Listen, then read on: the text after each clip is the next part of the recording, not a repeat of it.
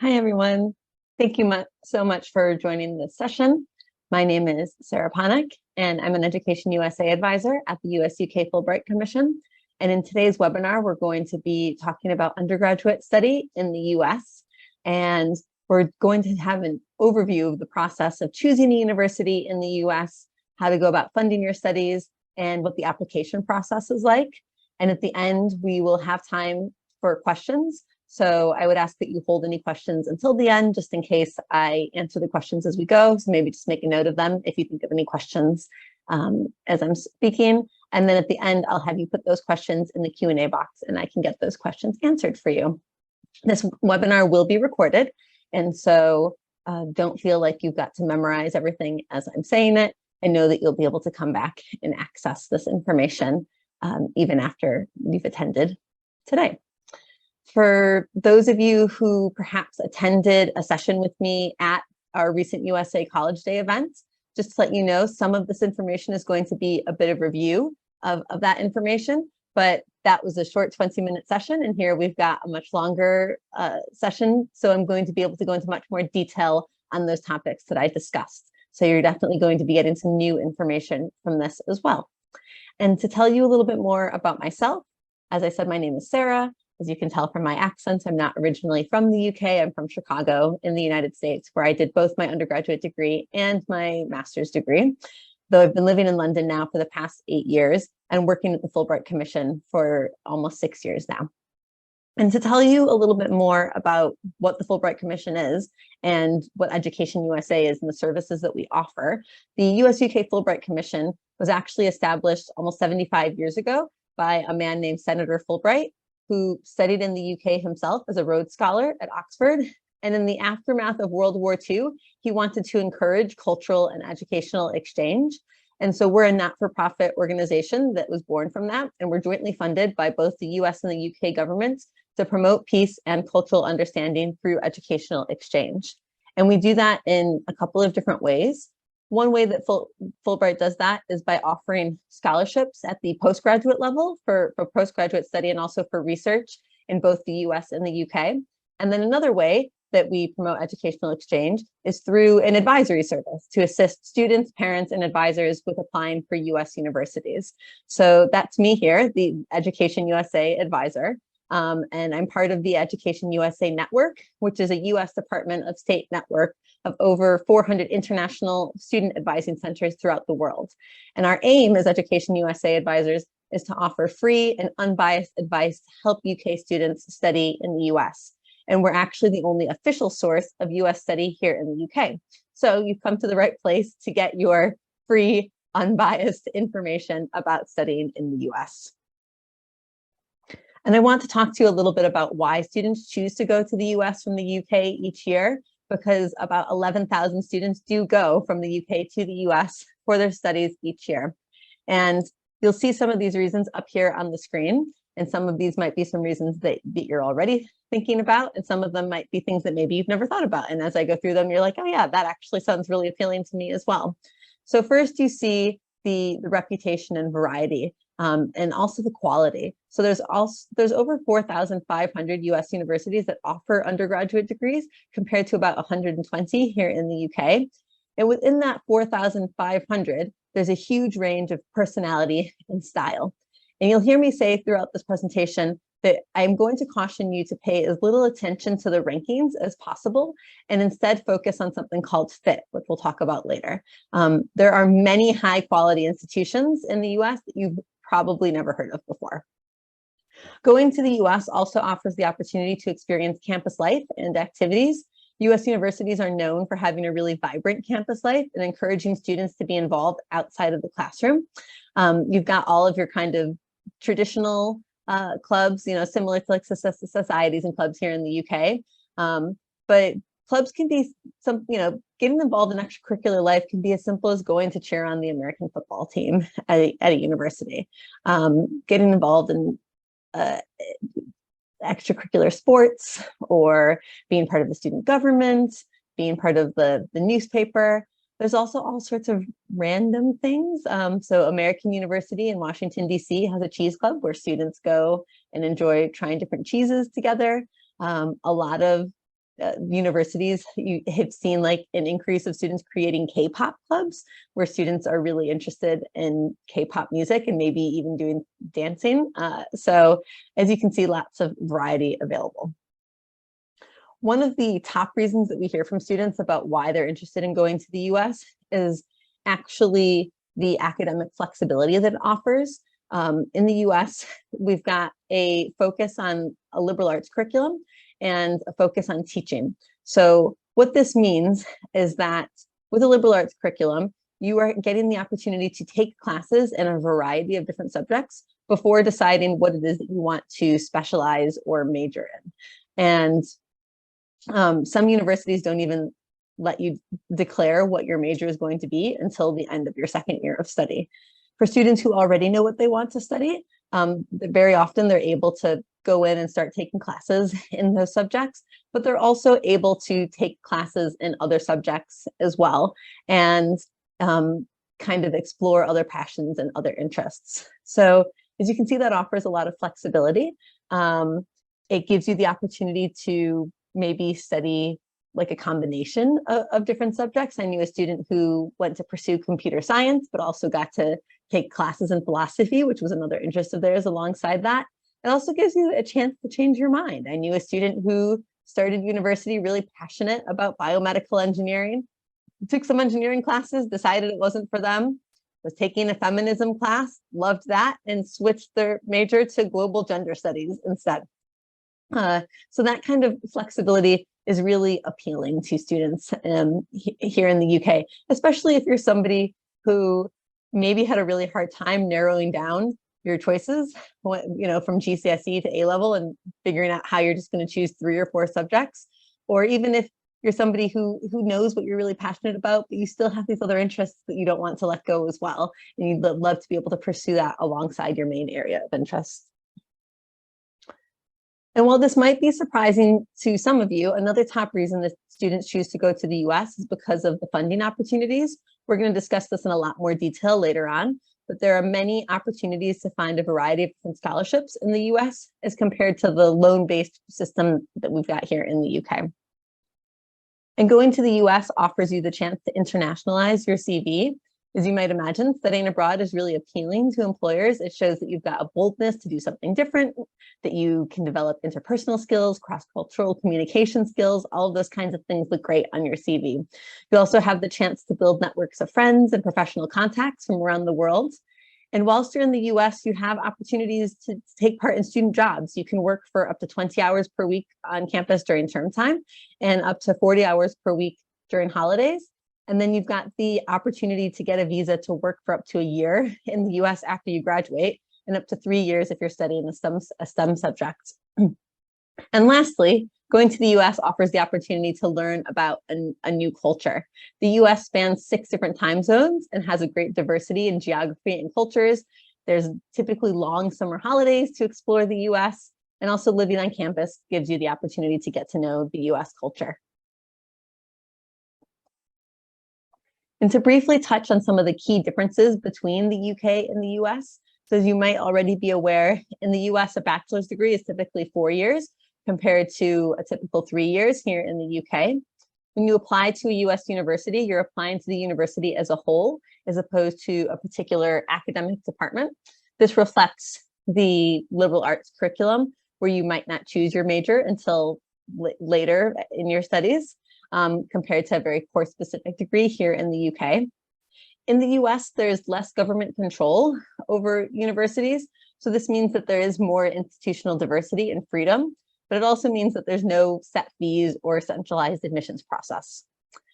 The application process to a US university is slightly longer and more in-depth because it's much more holistic and more than just about grades. If funding is important to you, it's something that you're going to apply for alongside your application for admission rather than once you're already admitted. And we'll talk about that in a lot more detail later on. And then something else to be aware of is that law and medicine are only studied at the postgraduate level in the US. They're not studied at the undergraduate level.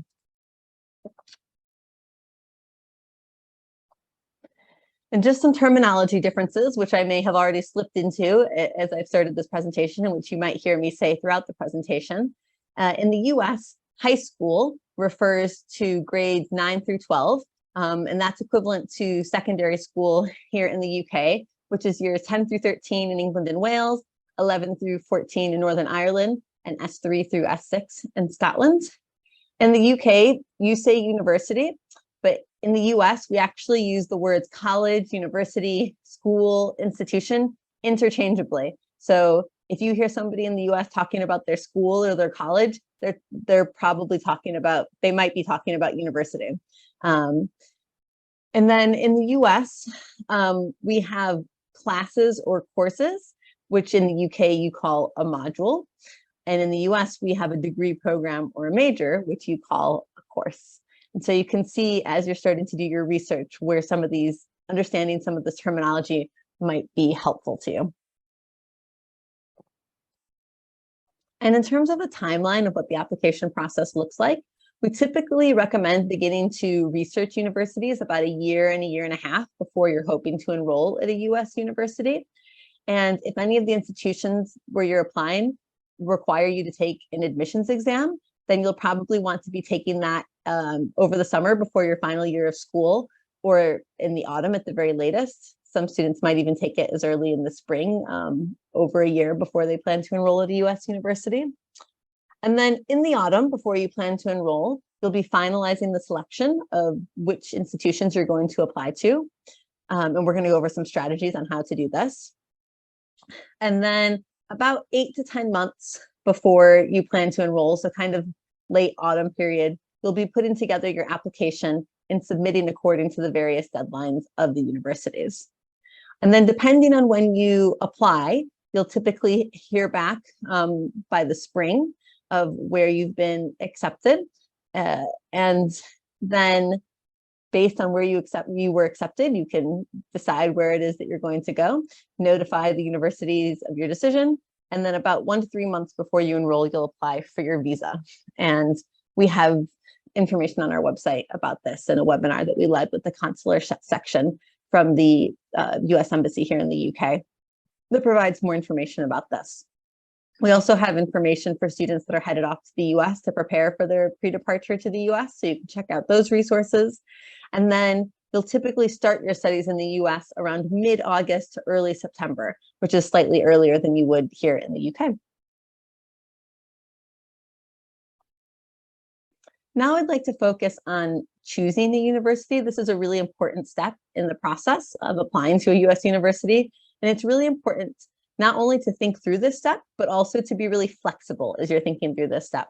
Having over 4,500 universities means that it's a bit of a daunting process to narrow down your prospects, but we're going to discuss some strategies that you can implement while you do that.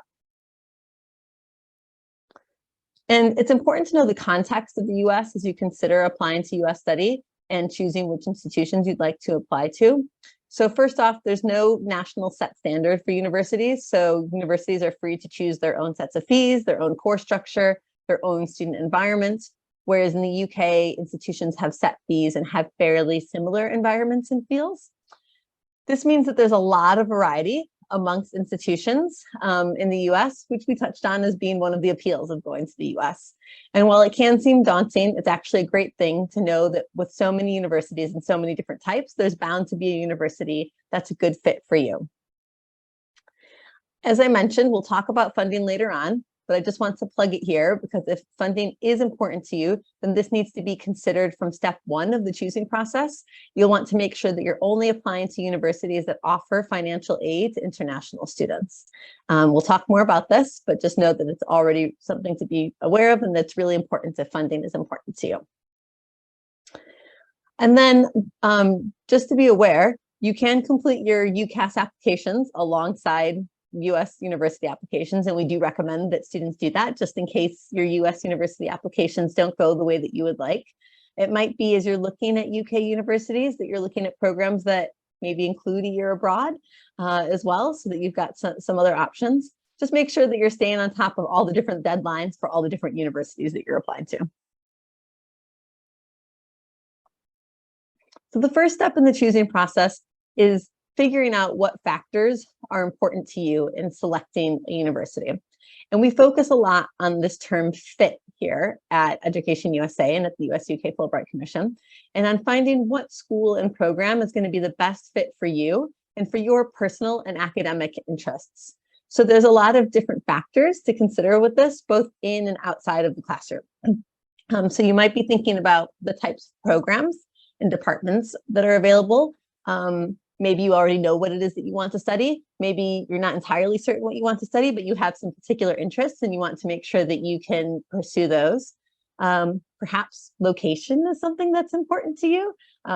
If you're somebody who doesn't like the cold and snow, then maybe the East Coast might not be the best fit for you.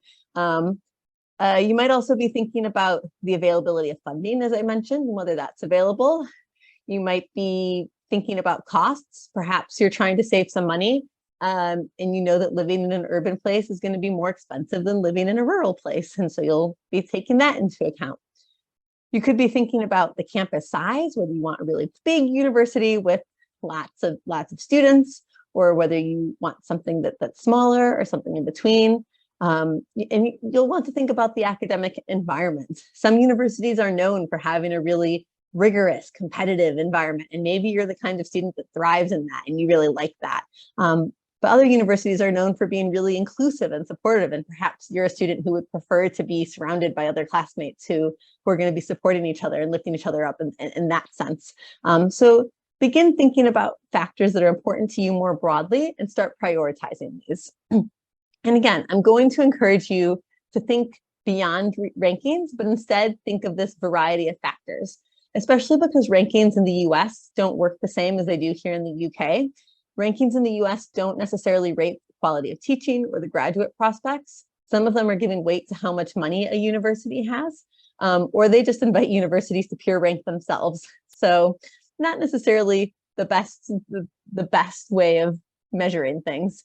Rankings can be useful tools, especially if you're working to maybe identify universities that you've never heard of before, but they shouldn't be the only method that you use to choose a university.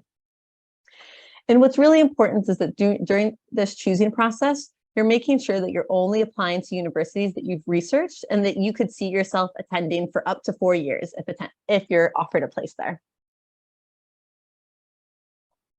So once you've decided what factors are important to you, the next step is to use that information to begin researching universities. And unlike UCAS, you're not limited to 5 universities, and in theory, you could apply to as many as you'd like. However, for time and financial reasons, we recommend applying to about 6 to 10 universities. And to jumpstart your process of choosing, you'll want to focus on narrowing those 4,500 institutions to a list of about maybe 10 to 20 schools that could be a good fit for you. So how exactly do you do that? On our website, we've got a whole choosing section of our undergraduate guide, and it includes a list of links to different search engines that can help with this process of narrowing down your choices of universities. So I'm going to go through an example of one now to show you what that might look like. So this is one of the search engines that's linked on our website called the Big Future College Search. And we've got a variety of different filters that you can use, including the type and the size of the school, the location by state, the majors on offer. And this is where you start to kind of apply all those different factors that you were thinking through of what's important to you. And something that's important to note here, if funding is something that's important to you, there's a section that's called affordability. And within this affordability section, you can go under financial need met, and you can select the percentage of need met to narrow down your list to schools that are going to offer aid, and then tick the box titled aid for international students. So if you're looking for that kind of financial aid, you'll be able to do that using this tool. And then when you use tools like this, it's important to know that you're going to want to double check any of the information that's here on this website on the university website itself, just because the university website is going to have the most accurate, up-to-date information. Now, in this particular college search, without any filters, there's over 3,600 universities listed. But here you'll see that I've put in a variety of filters to narrow down our list of schools. So I said that we want to attend a 4-year school with fewer than 9,000 students in Ohio, and that it would meet 100% of a student's financial need. And when I put those filters in, it brought the over 3,600 down to 4 universities. So that's a much more manageable number to work with. You'll then be able to go through each university profile to find information like the application deadlines, and a link to their website. And you can also see other details like the size of the institution, the graduation rate, the average financial aid package, and get more of a sense from their website, from this page about that. Once you've narrowed down your options to those different universities, you'll go to the university websites and possibly even reach out to them directly with any questions, with the goal of selecting about 6 to 10 institutions where you're actually going to submit an application. And within that 6 to 10, we typically suggest that you apply to 2 what we call reach schools, where you'd be thrilled to attend, but it would be a challenge for you to get in. And note that if you're applying to any of those ultra competitive universities, think Yale, Stanford, MIT, Caltech, those are going to be reach schools for everybody that's applying, just because of how many applicants they get and how high quality their applicants are. We'll also suggest that you apply to 3 to 4 what we call match schools, where your profile, your academic profile is kind of roughly on par with their average applicant. And then you'll also want to consider applying to 2 what we call likely admittance schools. So think of this as like a UCAS insurance choice. This is somewhere where your application is going to be very competitive. And the best place to find the most up-to-date information is going to be a university website. So the university website might have a profile of the average admitted applicant that can help you compare yourself to their students. You can also find out more information on the different programs they offer, maybe some campus virtual tours, student life, sports, student housing, financial aid, see what resources they have for international students. And then it's also worth checking out their social media channels to kind of get a feel for the college and their university personality, and also what they're focused on. Excuse me. And the universities do want to hear from you.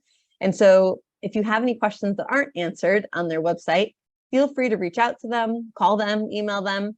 Just make sure that it's the student who's doing that, because it's going to be the student who's applying to the university and getting admitted. And so they should be the one that's reaching out with these questions. And now I'm going to talk about just a few examples of a few different colleges that maybe you've never heard of before, just to give you an idea of the flavor of what's available as you start to go into this process. So if you're looking for competitive schools, which are small, collaborative, and offer a lot of research opportunities, you might want to consider a liberal arts college like Middlebury College, which is located in Middlebury, Vermont. It's known to be a liberal and artsy area of the US, and it's known for its beautiful waterfalls and hiking opportunities. Or if you are a female student who loves palm trees and sunshine, you might consider Scripps College, a women's college in Claremont, California. Or perhaps you want to experience some Southern hospitality, warm weather, and country music. You might look at Vanderbilt University, which is a private research university in Nashville, Tennessee.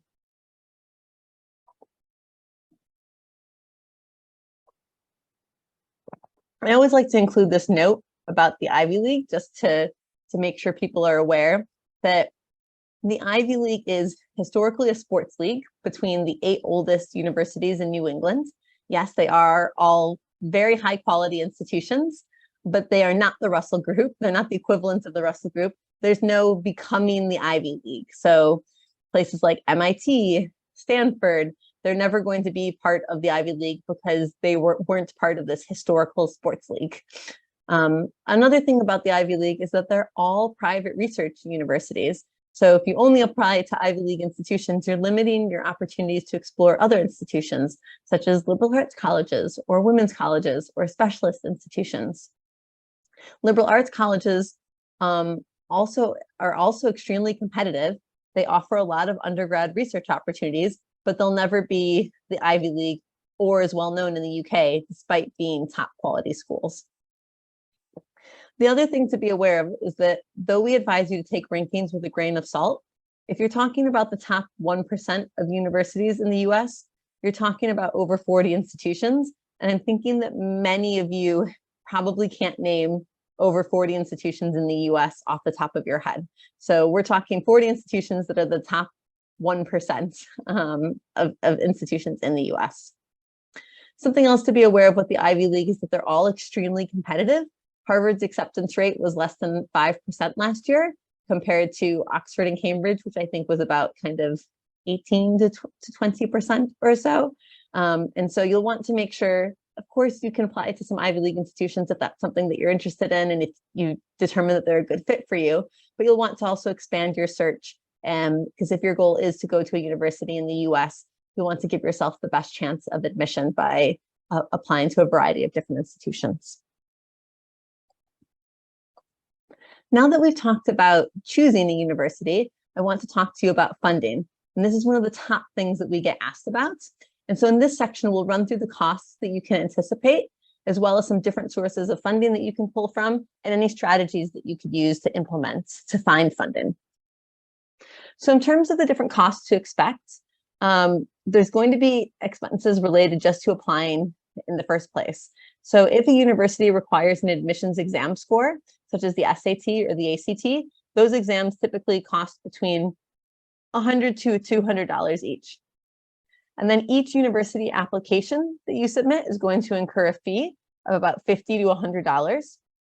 Although many universities do offer fee waivers. So if this is something that your family might have difficulty paying, you might be able to inquire with the university about getting a fee waiver for that. And then if you are accepted to a US university, you're going to have fees for your visa, for your embassy appointment, and for something called SEVIS, which is essentially the international student database that the Department of Homeland Security uses. In terms of tuition and fees, the costs can vary significantly since each university can set their own tuition and fees rates. Fees are mandatory and usually cover things like the student union, school athletics, and membership to the university gym. Although something to be aware of is not to be put off by the sticker price, because if you look at a university website, it's typically going to include the cost of attendance. So not just tuition and fees, but also room and board, potentially personal expenses, sometimes trips home, compared to like the UK, where you might only see the list of tuition and fees on their website. And then there's also going to be costs of living and other expenses. So while the cost of attendance on a US university website might include things like room and board and some expenses, you'll still have other things to consider like eating out, clothing, entertainment, and also the cost of living can vary widely depending on where your university is located. And so keeping those things in mind as well. The good news is that there are a variety of funding opportunities available, and it is possible to have an affordable US university education, and many students are able to fully fund their studies without loans. The key is going to be putting in the time and the efforts to seek out and apply for funding. So where exactly does this money come from? We'll go more into each of these sources, but it's good to know that there's typically 4 sources of funding for study in the US. And first, to be completely honest, the first is actually personal and family funds. US universities do expect families to prioritize students' education and invest in that education. And because of how much university costs in the US and how it's always kind of been a big cost compared to the UK, if families are able, they're typically saving up for their child's education from when their child is a young age. Of course, not all families are able to do this, but if a family is, then that's something that's happening, and you are going to be seeing families contribute to a student's education. US universities are actually another big source of funding. There's 2 main types that we'll discuss in more detail on the next slide, but just to be aware, they usually offer need-based aid and merit-based scholarships. It is going to vary how much need a university can meet. So if financial aid is important for you, you're going to want to apply only to universities that offer financial aid for international students. Then there's external funding bodies that offer scholarships to students for study. And then lastly, we've got loans, and we advise loans to be your final resort. And this is because you can't take your UK student loan to the US. And in order to get a loan in the US, you'd have to have a US citizen or a permanent resident co-sign the loan. And so you can take out a UK third-party loan, but we caution you to be really careful with this because they tend to have really high interest rates and really strict payback terms that might require you to start paying back your loan before you've even completed your degree and started earning.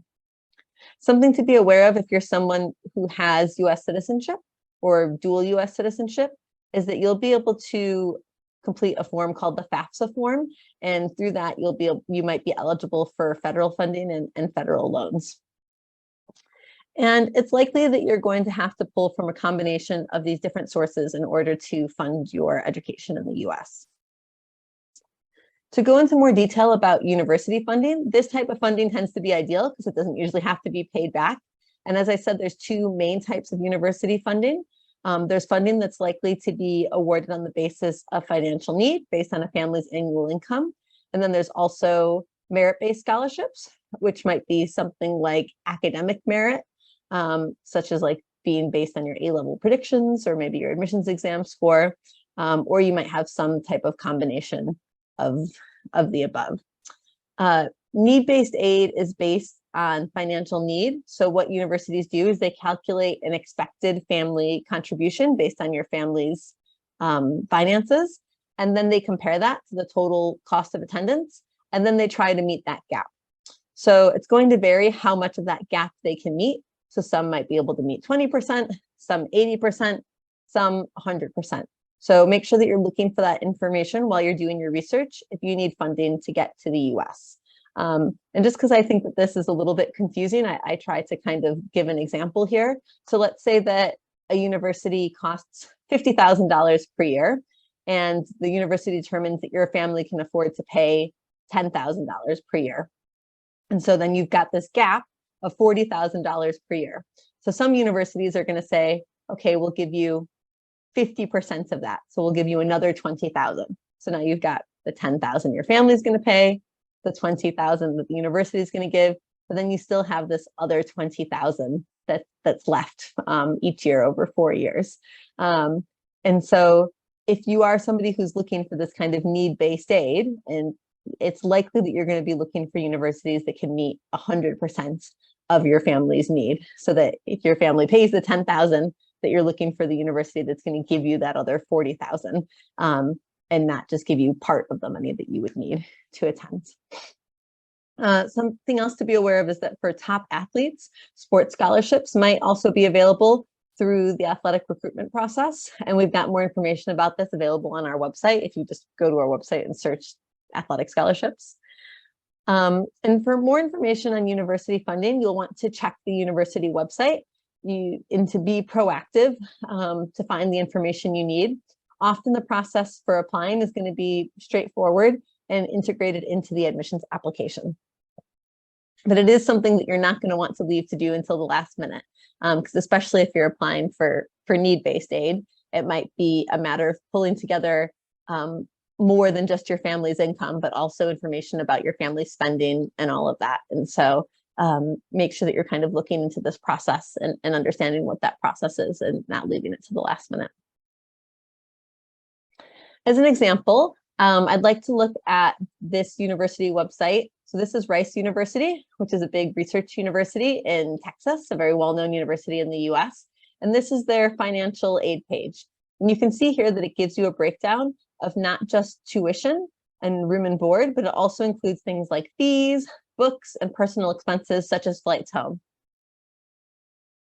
You can also find information about the merit scholarships that they offer and the types of recipients. And you can see that merit scholarships are integrated into their admissions process. So all admitted applicants are automatically considered for merit-based scholarships. So there's no separate application forms or interviews. They also have a page with funding information specifically for international students. And you can see here that international students are also considered for need-based aid, and that 100% of demonstrated need is met with institutional grant aid. They use something called the CSS profile to gather information about a student's financial background to determine the financial aid package. So it's going to be really important to check each university website and check whether funding is available for international students, because as you might imagine, it breaks our heart when somebody reaches out to us and shares that they've gotten into to a US university. They're so excited, but they didn't realize that the university where they've applied isn't going to be able to offer enough funding for them to go. And there's not much that we can do at that point. And so if funding is an important consideration, you'll definitely want to ensure that there's going to be enough funding for you at the universities where you're applying and that it's available for international students. So make sure that you're checking into that early. I want to talk a little bit more about external funding bodies as well. So funding bodies might include a wide range of professional, charitable, or government organizations that are external to a university. They can be thought of as niche scholarships, as they have specific criteria based on the mission of a funding body. So it might be that they're an organization that provides scholarships for students from a particular country of origin, or students of a particular ethnicity or religious faith, maybe students who have an interest in a particular field, or students of a particular gender, or students with certain interests or talents. For example, perhaps there's an organization that gives scholarships to women interested in engineering. If you are unique in any way, there's likely a funding body with a scholarship out there for you. You just have to find it. There are thousands of funding bodies, so searching does require time and dedication to sift through scholarship listings and to submit separate applications to each body. And for this reason, we do encourage students to first apply for university funding opportunities and then for external funding. And we have a link on our website to different scholarship search engines that can do this. While most external funding bodies are going to be offering kind of smaller scholarship amounts that you might have to kind of piecemeal together, there are some larger organizations that might offer very generous scholarships. So one example of that is the Morehead-Cain Scholarship. And the Morehead-Cain Scholarship provides a 4-year fully funded educational experience for students of the highest caliber at the University of North Carolina at Chapel Hill. And they're particularly looking for students who meet the characteristics of leadership, character, scholarship, and physical vigor. So there are some external scholarships like the Morehead-Cain that offer these very generous scholarships, usually at a particular institution. And so it's worth kind of looking into some of those too and seeing if those could be a good fit. And this might be especially good for students who maybe aren't sure if they would qualify for enough for need-based aid, or maybe they're just kind of looking to cut down costs for their family if their family isn't willing to kind of contribute to tons of money if they're not eligible for need-based aid. So looking into some of those merit scholarships are going to be a good opportunity for those students. And here I'll talk about some different approaches to some funding strategies that you may wish to consider as you're thinking about funding. So I've mentioned this a couple times already, but first you might wish to explore places with a lower cost of living. So just like in the UK, London is going to be more expensive than living in Lancaster. In the US, it's going to be more expensive to live in New York and California than it is to live in states like Ohio or Georgia. American universities are going to list the full estimated cost of attendance on their website. So it's going to include things like the cost of living. And so you can kind of seek out places that have lower costs of living. You might also just seek out institutions that have lower tuition. Some institutions are going to have lower tuition rates. And so it might be that you're looking at those institutions that have lower costs. And then, of course, funding opportunities. So need-based aid, if you're eligible for that. If you're not eligible for need-based aid, and you'll really be looking more at those merit scholarships. And so maybe you'll be looking to look at programs with lower tuition, also looking at merit scholarships, seeing how much those costs can cover, and figuring out how much your family might be expected to pay after any funding that you receive. I also want to talk about community colleges, because this is an increasingly popular choice in the US as an alternative pathway that can help save a lot of money. So community colleges generally award something called an associate's degree, which is not a degree offered here in the UK. It's a degree that often has kind of a professional vocational focus, and that you earn in 2 years. Community colleges typically have programs that allow students to take part in something called a 2+2 transfer pathway. So what you would do is you would start your studies at a community college, complete your associate's degree within 2 years. And then after you've done those 2 years, you would transfer to a 4-year university, do another 2 years, and then receive a bachelor's degree from that university. A lot of community colleges have transfer agreements with 4-year institutions. So you'll see here on the screen an example of Los Angeles Valley College, which is a 2-year community college that has partnerships with universities like UCLA, University of Southern California, and Cal Poly.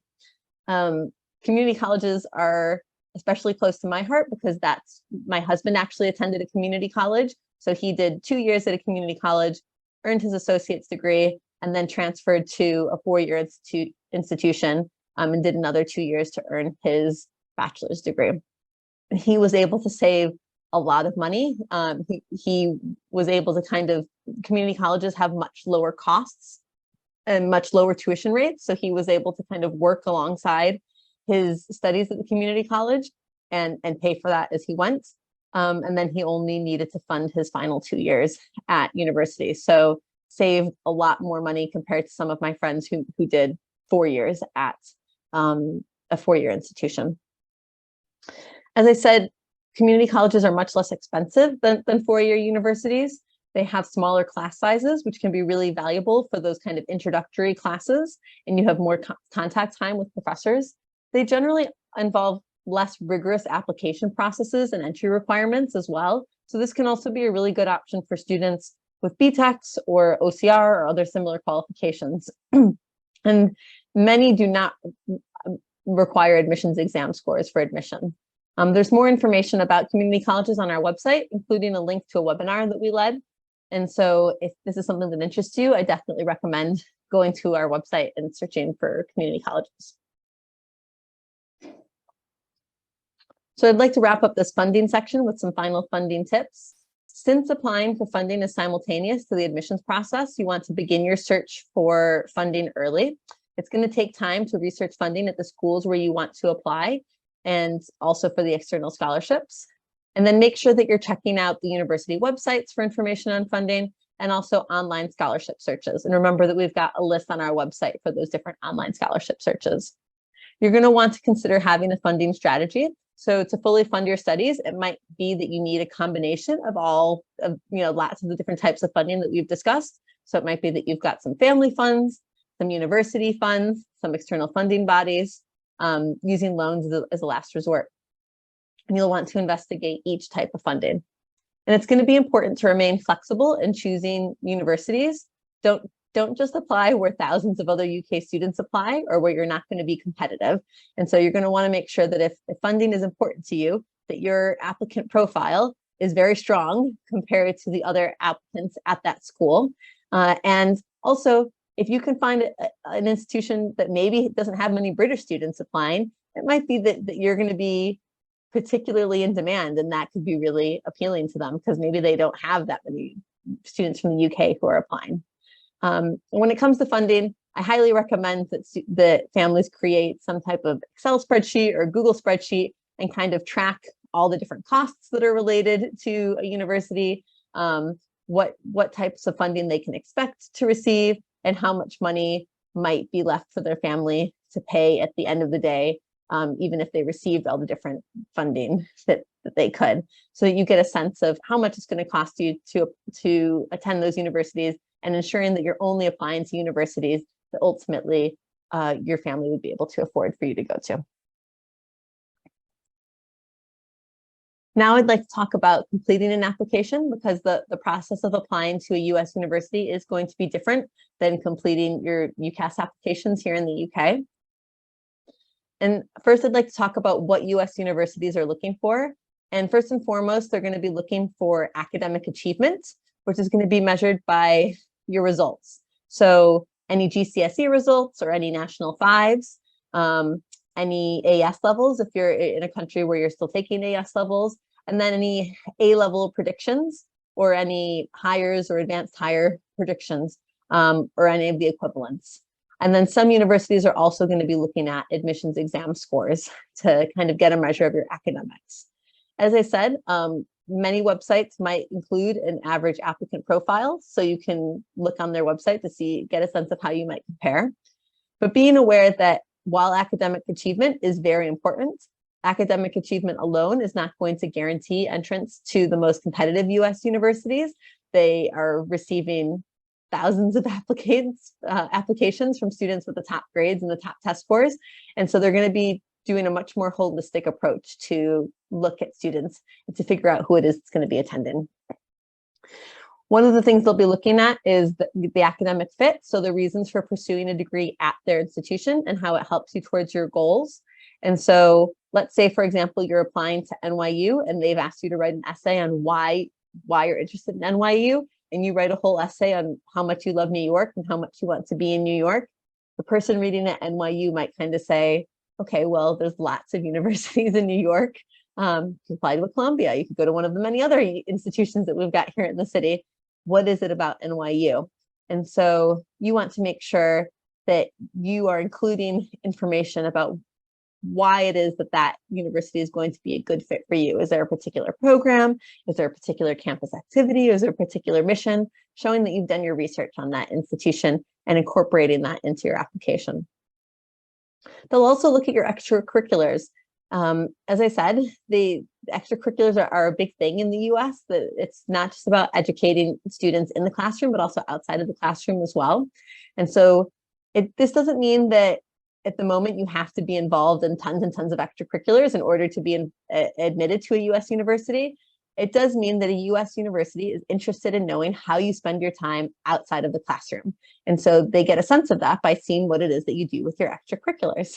And so that will be included in your application as well.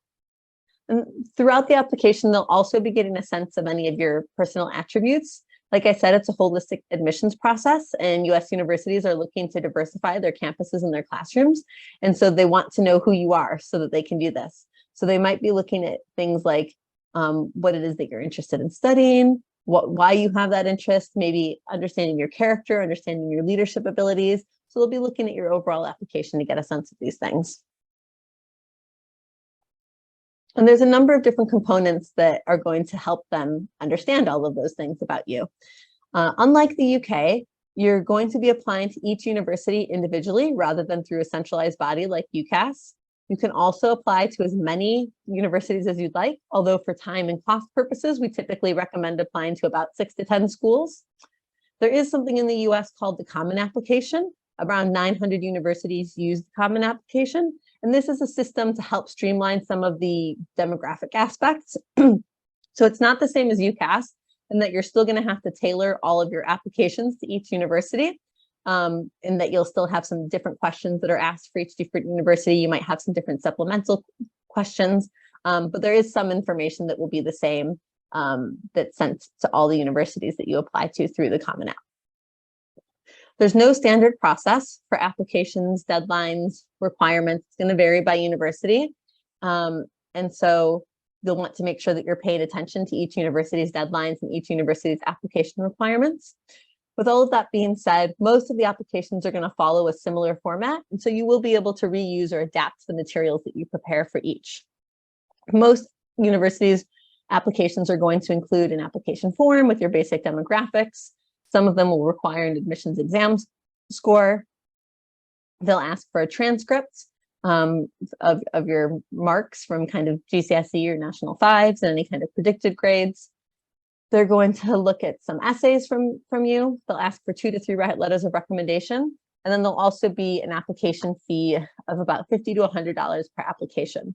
So as I mentioned, if this would be a barrier to you applying, then there are ways to get waivers. You can ask the universities, see if it's possible to get a waiver so that you can apply. And I'll talk in more detail about each, some of these different components. So to talk more about admissions exams. So first of all, the reason that they exist in the first place is because in the US, there's no national curriculum at the secondary school level. And so this is a way to kind of evaluate applicants from diverse areas and schools, because a student who's taking classes in Iowa might have a very different curriculum to a student taking classes in Alaska. And so this kind of helps universities see an exam score that kind of helps them understand the student's academics from that level. It's worth checking to see if an admissions exam is even required, especially since COVID. A lot of universities made it optional. And so it might be that the universities where you're applying have made it optional, and it's not something that you even need to do, but you'll want to check, because for some universities it is still required. If it is required, or if you decide that you'd like to do it anyways, typically students will take this in the summer before their final year of school. Some might do it a little bit earlier in the spring, like over a year before they plan to enroll, and definitely not later than the autumn of their final year of school, because you'll need to have those results in order to apply to the US university. Universities that require these exams will require either the ACT or the SAT, and it's up to you which one you want to take. One is not considered better than the other. It's just what the best fit for you is. What I would recommend is going online and you can find free practice tests online and take one of each under timed conditions and see which one you do better in, and take that one, study for that one. I know I personally did much better in one of the exams than the other when I was in high school, just because of how the exam was set up. And so you might find that that's the same for you. It might also just be a case of when the test is offered and where it's offered. That might be something that factors into your decision. And so taking a look at that. And since the content and the style of the SAT and the ACT are very similar, factors like how you handle time pressure and what types of questions you find most challenging can help you determine which test is a better fit.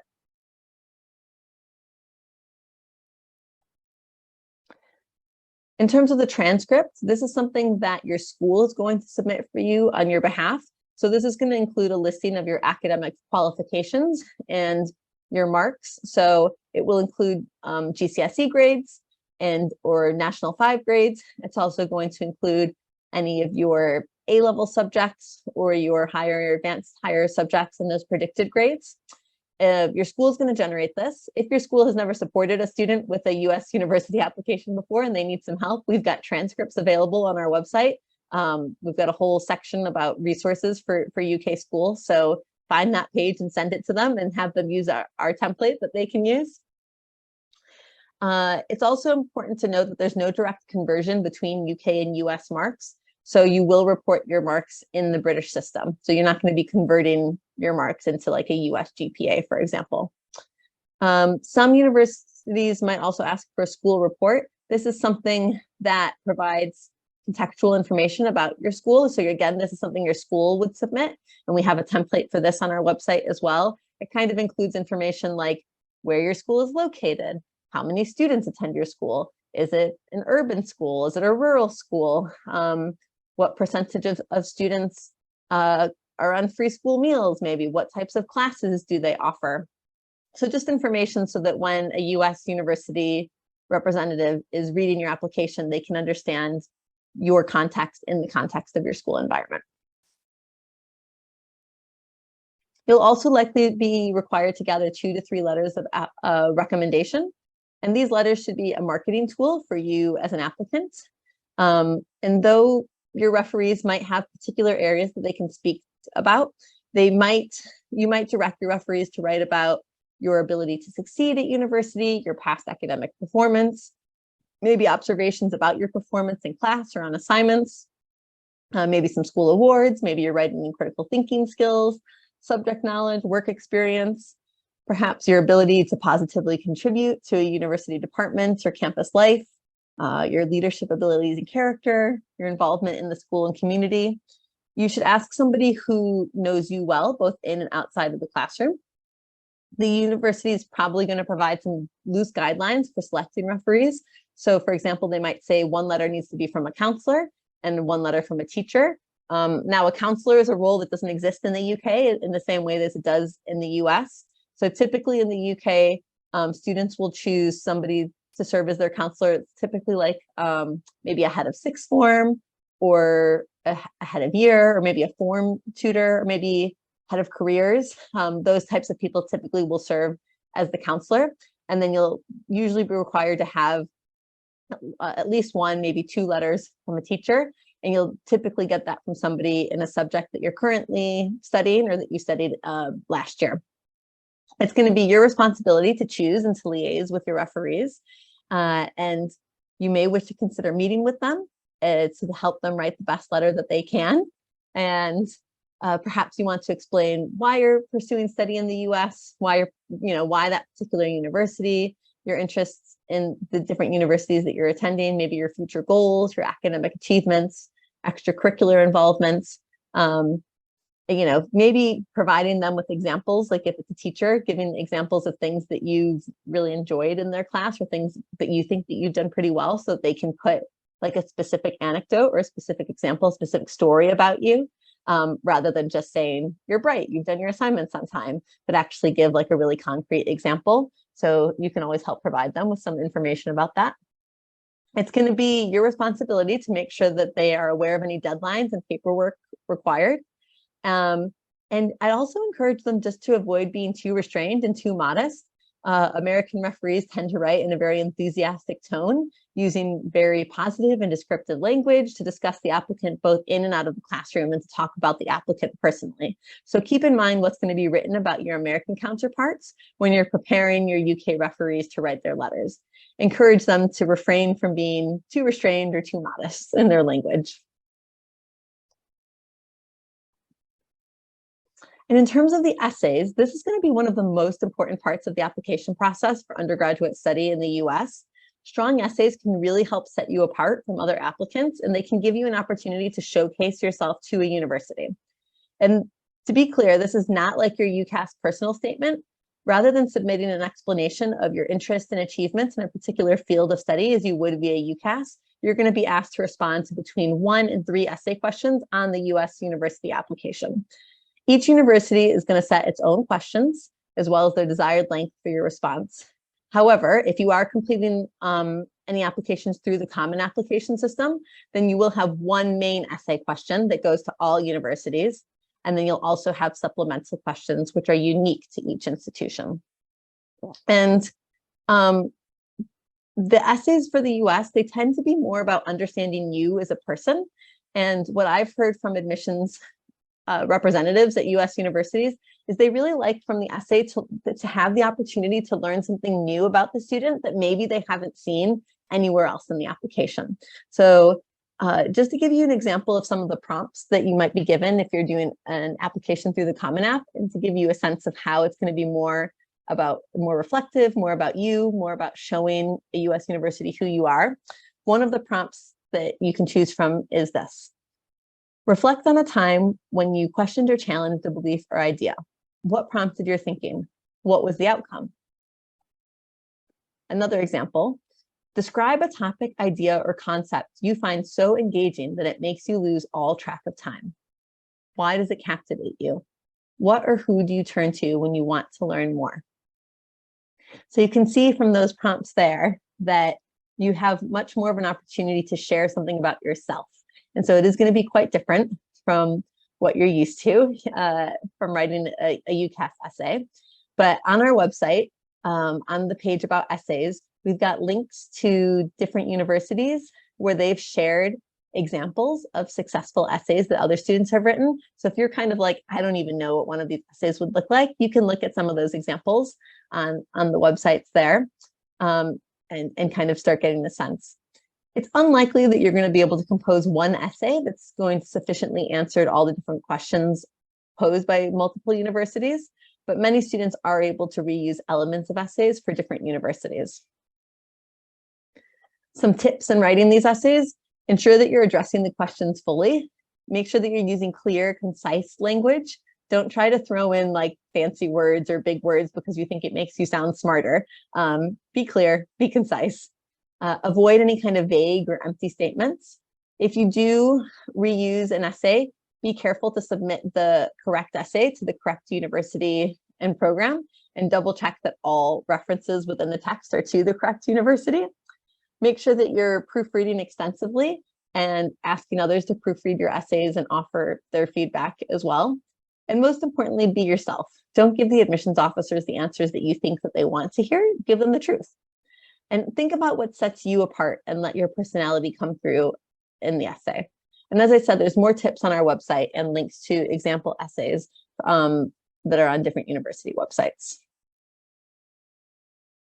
So those are the main components of applying to a US university and what the application process is.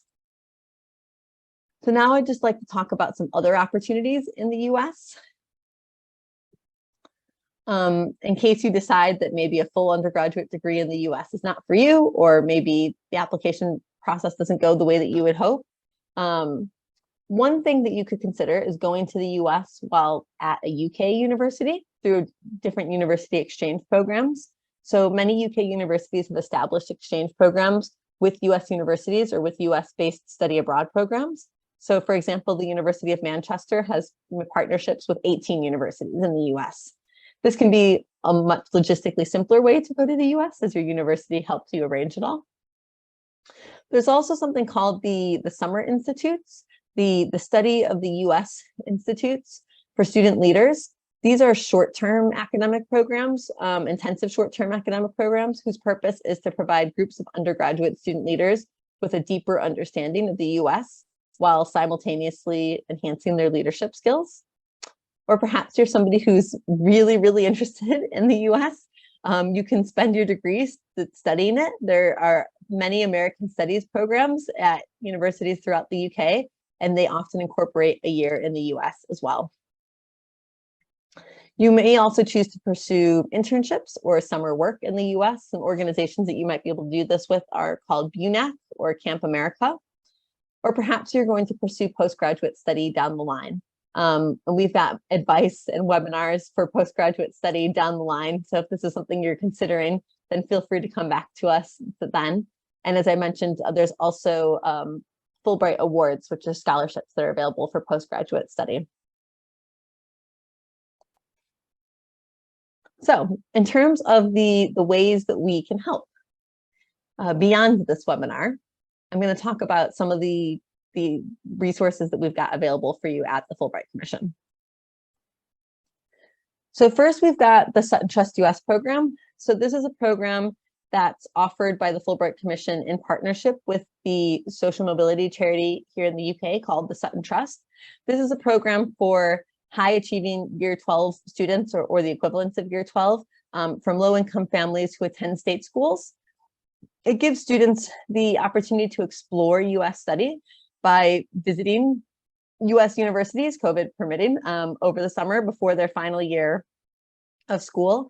And if students are interested in applying to US universities, they can apply for continued support for the program in their final year of school, and they'd receive support to kind of apply to the US universities and to receive funding from the US universities. The program itself is free for students who are accepted.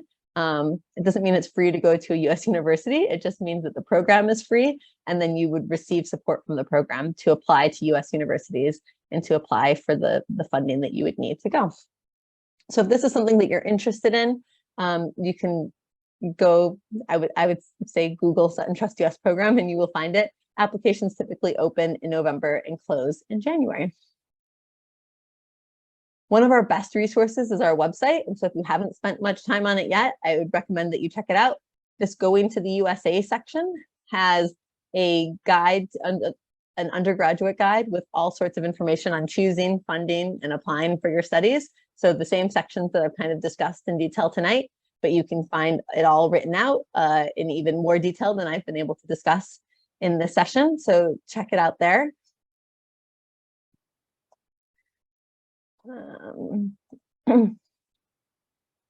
We also take questions by email. So you can email us at advising@fulbright.org.uk, or you can go to the contact page on our website and submit your question to Education USA, and we'll get that question answered for you. We also offer one-to-one video appointments with an advisor. So if you'd like to speak with myself or one of my colleagues for something more specific or to talk about your specific situation, you can book those in. They are hard to come by, I will say. And so I posted ones for later this month earlier today, and they've already been booked up. And so we typically post those about a week in advance, and there's usually a few appointments available every week. So if this is something that you're interested in doing, you can check back. You can also always email us if you're having trouble finding an appointment, and we can be sure to kind of email you once we're putting up those new appointments so that you can be aware to look out for them. But yes, you can reach out to us by email or by video appointment if you have any questions as you go through the process. We also offer different events about studying in the US, both online and in person throughout the year. In November, we're going to be attending a What University Live fair. We're going to be in the US University Zone. So if you wanted to come along and speak to myself or one of my colleagues in person there, it's going to be, I think, at the Olympia in London. We've got information on our website. This is an event that's not being hosted by us, but it's one that we are attending and that we'll be present at. And we also have different events that we host throughout the year. Some of you may have recently attended our USA College Day that we held at the end of September. And we've already got planning underway for College Day 2023. So it will be a weekend at the end of September. Fair entry is free, and you'll have the opportunity to meet with over 120 universities and exhibitors. And registration for that will open in late summer 2023.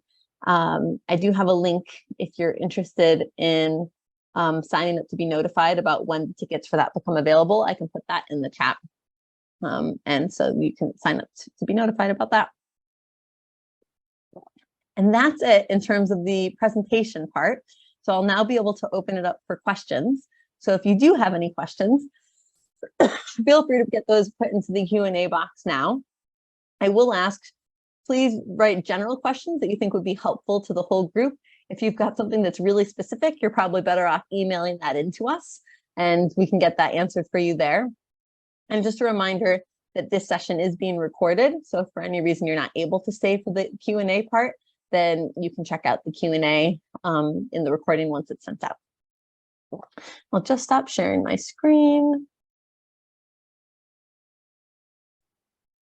And I'm just going to pull up the link in case any of you are interested in registering your interest for College Day next year. And this will be put up on our website at some point too. So if you are watching a recording of this on YouTube at some point in the future, check out our website for the link. Register. Notify me for College Day 2023.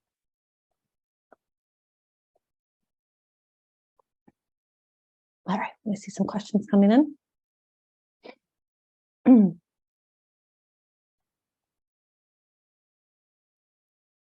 All right, so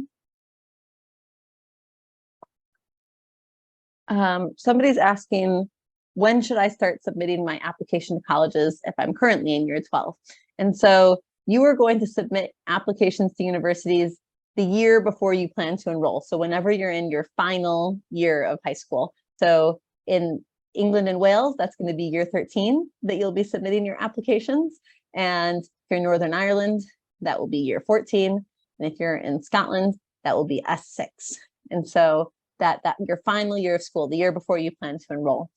So if you're currently in year 12 and you're a little bit ahead of the game, and it's good that you're starting to do your research now, because you'll have lots of time to do research and get everything ready.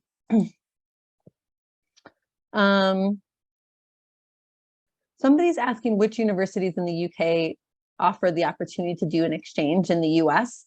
And so the best way to get the answer to this question is to just go to each university's website, each UK university's website, and they have this information easily available on their website, and just see what types of opportunities there are to go.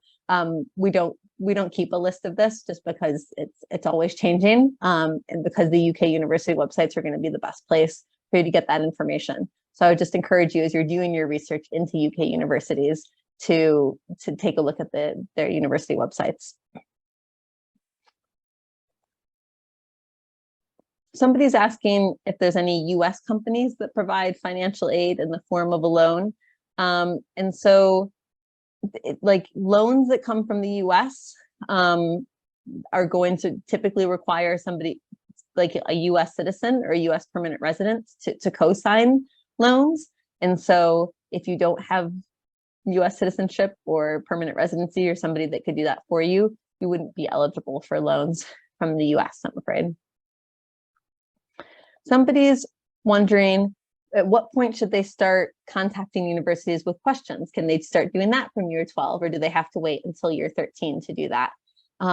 No, if you have questions in year 12, it's definitely okay to start reaching out to universities. Some universities will make a note of the different activities that you take part in. It's called demonstrated interest. And so they'll note if you're attending any of their online information sessions, if you're taking part in their campus tours, if you're reaching out with questions, and they take that into account, and they might take that into account in the decisions process. Not all universities do take that into account. Some do and some don't. If you are reaching out, you're going to want to make sure that you're reaching out with like good questions that aren't already available on the website, though, of course. And so definitely reach out if you have questions, and they'll want to hear from you. Just make sure that you're not reaching out just for the sake of reaching out, but that it's genuine. You're really trying to create to get more information.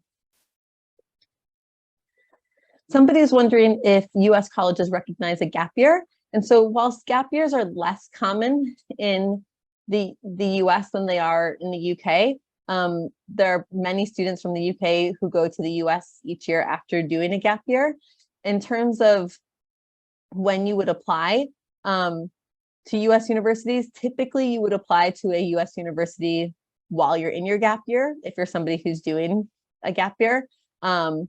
Deferrals are less common in the US. It's not unheard of. Some universities might allow you to defer your studies, but especially if you're somebody who's applying for funding, it might be that they've allocated you funding for that upcoming year. And if you defer your studies, they can't guarantee that the funding is going to be available the following year. And so typically you'll be applying in the year before you plan to enroll. So if you're planning on taking a gap year, you'll typically be applying during your gap year. But you can always reach out to the universities where you're hoping to apply and ask them specifically, just in case they have a different answer or a specific answer that's specific to their institution. If somebody's asking, is there an equivalent to UCAS for the US, for example, for keeping track of applicants' past exams? So as far as I know, there isn't an equivalent to UCAS. And so in terms of keeping track of an applicant's past exams, I'm not sure if you mean like GCSE exams, or if you're talking about like the SAT and the ACT admissions exams. But typically US universities get that information from the application form. So they're going to be the transcript from a school is going to be providing the GCSE results or the National 5 results and any A-level predictions or higher and advanced higher predictions. And then if you are sitting an ACT or an SAT admissions exam, then you'll be sending the results from those exams directly to the university from the testing company. And again, this is going to vary by university. Some universities might want you to send those results at the time of application. Other universities might, in the application, just have you self-report your results. And then if you're accepted, have you send the official copies of your admissions exam results. So it does kind of depend.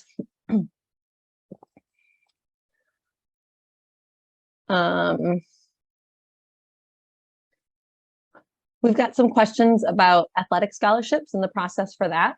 And so I would recommend going to our website, Fulbright.org.uk, and searching for athletic scholarships. And that's going to take you to our page that's all about sports scholarships. And it includes like an athlete checklist and all of the different things that you have to do. It includes things like putting together like a sports CV, a sports resume, registering with places like the NCAA. And we have or other athletic associations. We have a webinar about how to go about that available on the site. it does involve reaching out to, like, getting a sports scholarship does involve reaching out to coaches directly by email. And it is true that it might take them some time to respond. It might be you reach out to lots and lots of coaches and not all of them respond. And unfortunately, that is just the way that the process works. So somebody's asking if there's other routes of communication, and I'm not certain of any other routes. But yeah, my advice would be to follow the tips that are on the website.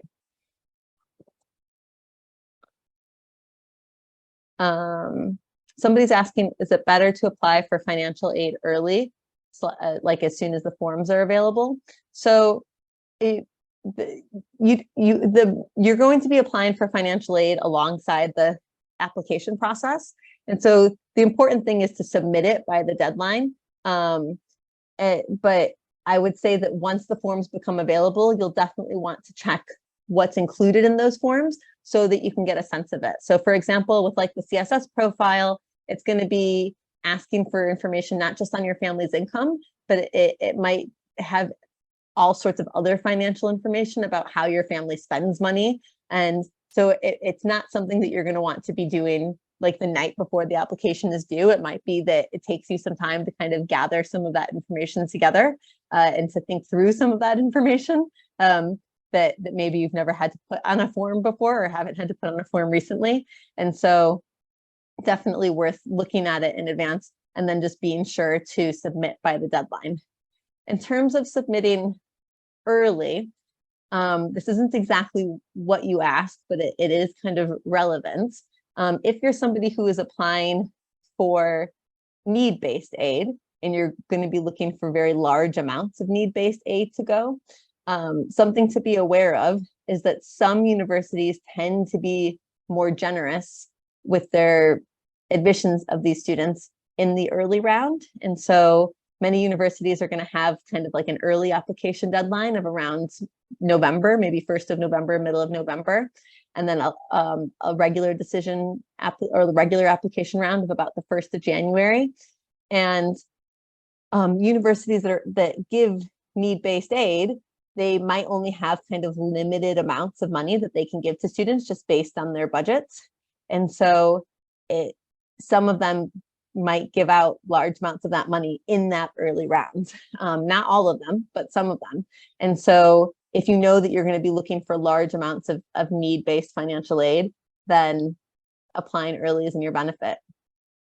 Similarly, merit-based scholarships, sometimes the automatic consideration for these merit scholarships, again, is happening in the early round. So to the students who are applying early, who are expressing their interest early, that might be when they are giving out some of this merit scholarship money. Not always, but it's worth checking. Some universities consider you for scholarships and like merit-based scholarships just because you've completed the application early. And it's maybe it's something that they do in the regular round, maybe it's something that they don't. And so worth checking out. Somebody's asking if you completed an EPQ, so an extended project qualification, will that be taken into account for a merit scholarship? Well, it's definitely something that you're going to want to include on your transcript. And so this is something that and I think in our template that we've got on our website, we even include like how to explain what an EPQ is, since it's not something that exists in the US in the same way. And so your school can include like what your EPQ like project is and give you like a little description of it. And so I don't, like in terms of whether it's going to be taken into an account for a merit scholarship, I think it'll be taken into account on your transcript in terms of what it is that you've been doing academically in your high school. It might be that depending on the particular characteristics of a merit scholarship, that it's something that you're talking about if you're submitting a particular essay. But because EPQs aren't common in the US, it's not something that they'll necessarily like be looking specifically for. It might just be something that they notice in your application.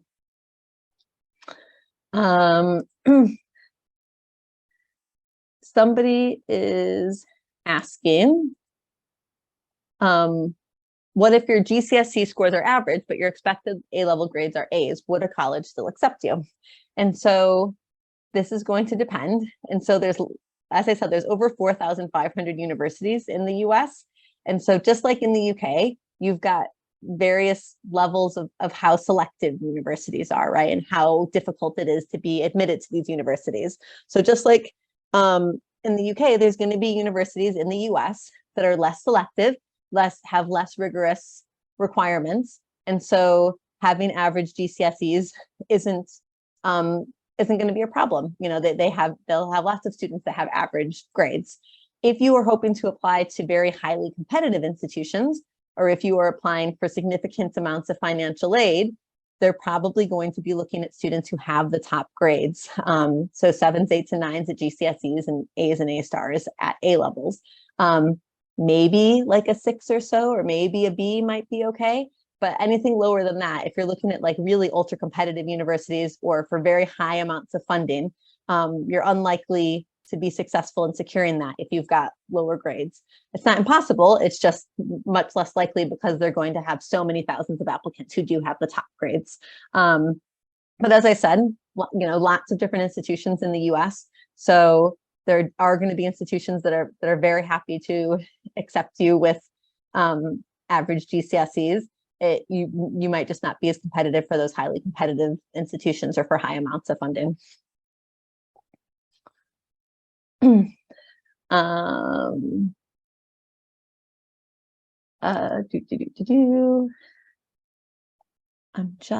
got some repeat questions here, so I'm just checking to see if there's any that I haven't.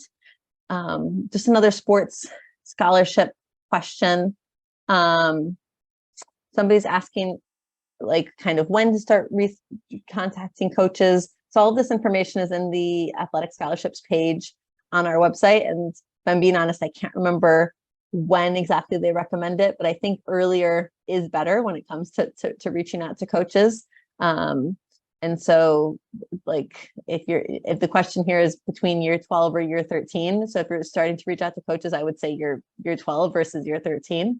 And the other thing to be aware of when it comes to sports scholarships is that most sports scholarships are not full scholarships. So there's very few sports in the US that offer a full scholarship. So if you are receiving a sports scholarship, it's likely only going to be a partial scholarship covering a portion of your costs for that university. And so it's likely you're still going to need to make up the rest of the fees with funding such as, you know, need-based aid or merit-based scholarships or family funds. So just being aware of that when it comes to sports scholarships. I think I've answered some of these questions.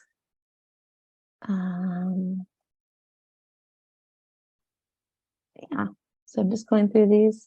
So if you have any other, somebody's asking if it's easier to get accepted to a college from a sports scholarship or just by submitting your application.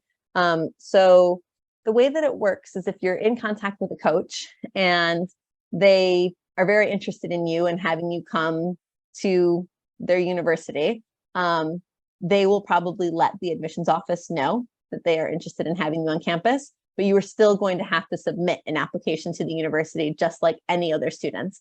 And so the admissions office might be aware that this coach has reached out to them and that this coach is interested in having you on campus, and that will probably be taken into account, but you'll still have to submit an application. You'll still have to be admitted to the university. Coaches aren't admitting students to the university. It's still going through the admissions office.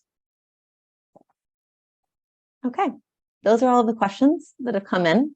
So if you do think of any other questions after this session, feel free to email us at advising@fulbright.org.uk or go on to the contact page on our website and scroll down to the EdUSA section and submit the contact form for Education USA. And we'll be happy to get those questions answered. Thank you all for tuning into the session. I hope that it's been helpful, and I hope that you enjoyed the rest of your evening. Bye.